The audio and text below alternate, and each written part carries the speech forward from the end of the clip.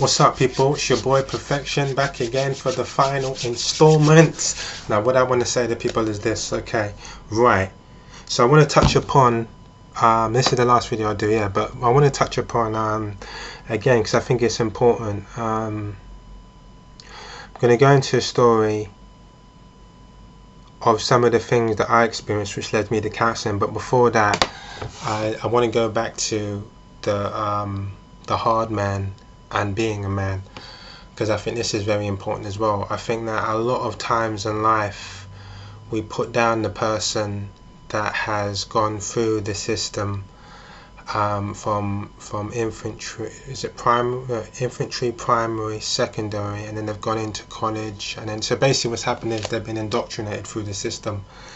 And unfortunately, in order to kind of move up the system, you have to humble yourselves. Okay,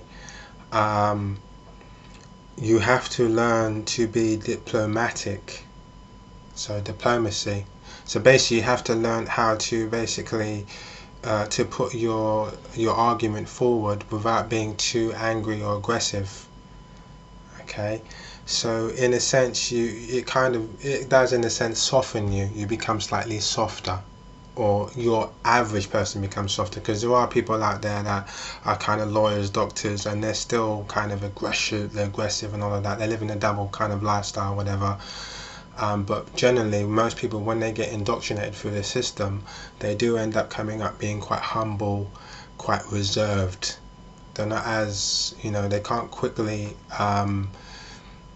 they can't fight over nothing because their reputation is on the line, so they have to kind of do things, in a more kind of professional manner. I think the word is professionalism. They have to learn to be a lot more professional, so they have to humble themselves, so other people can see it as they're weak, or they're sellouts, or they're, other words that we use to describe it.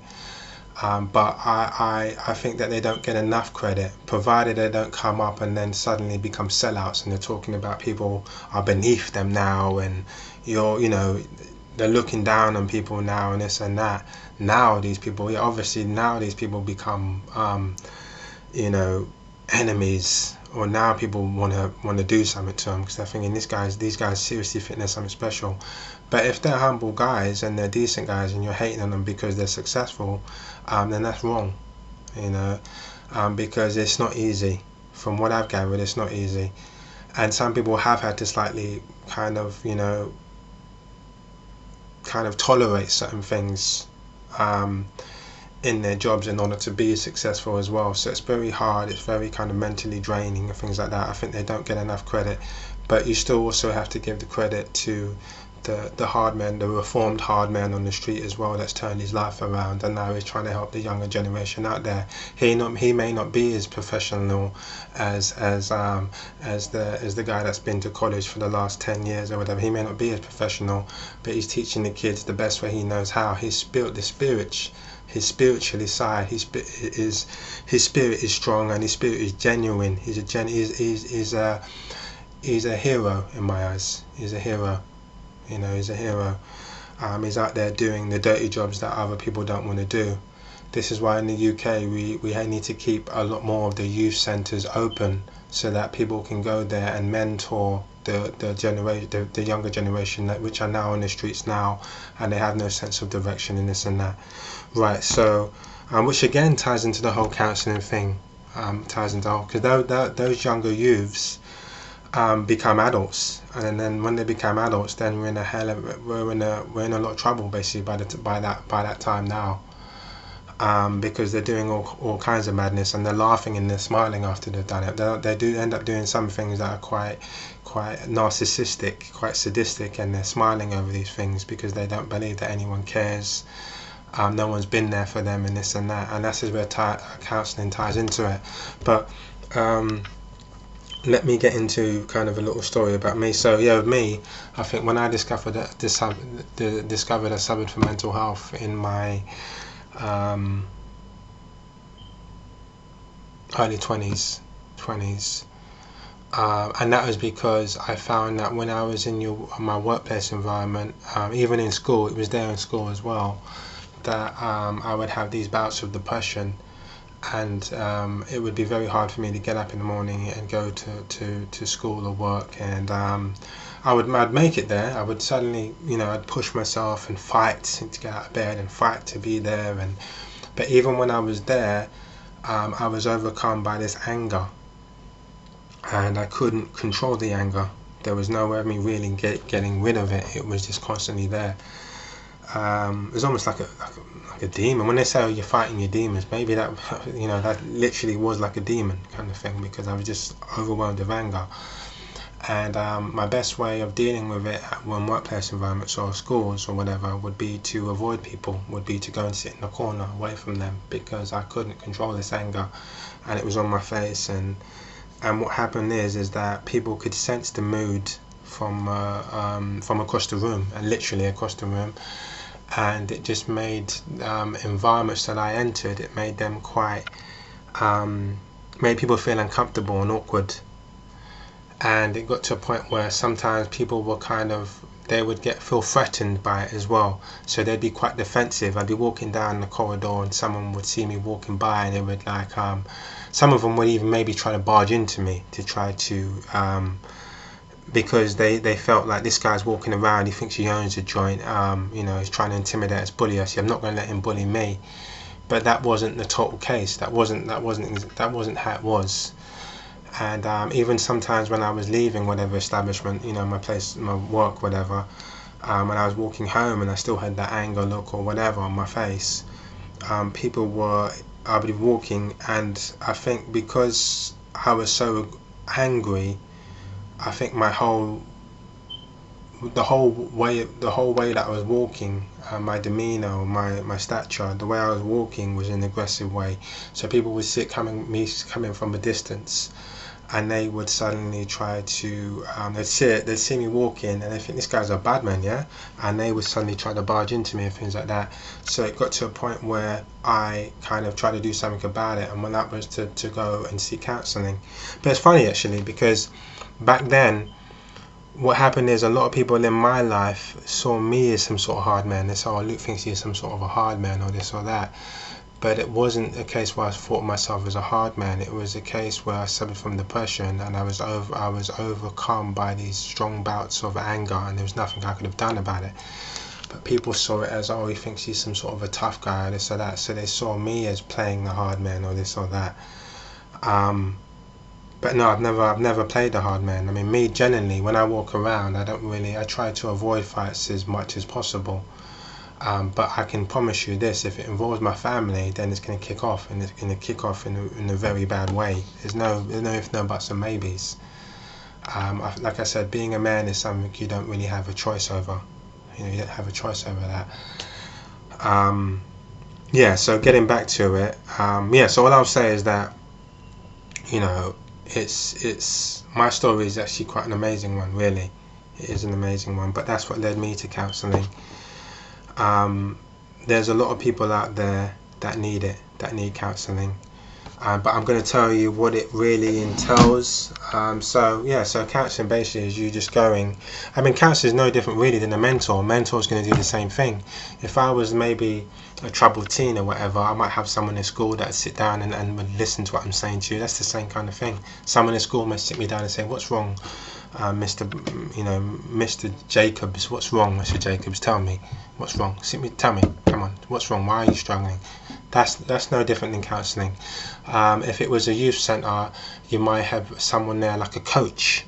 Yeah, what do you think coaches do? Coaches counsel. Coaches may say, "Mr. Jacobs, come here. What's wrong? Why are you getting in trouble? Why are you so aggressive or angry?" Same thing.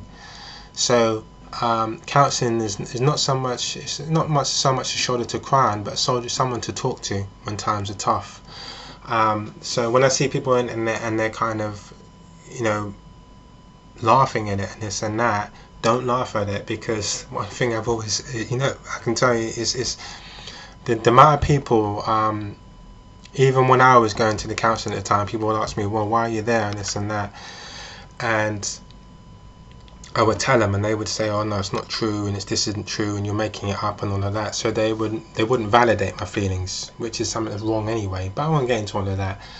But a few of them at the time had worse issues than I did.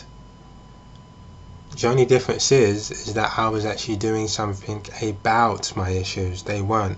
So they're sitting down in front of me and they're telling me, no, look, you're perfectly fine, or this or that. But the reality of it is that, you know, I wasn't perfectly fine, nor were they. They needed it probably worse than I did.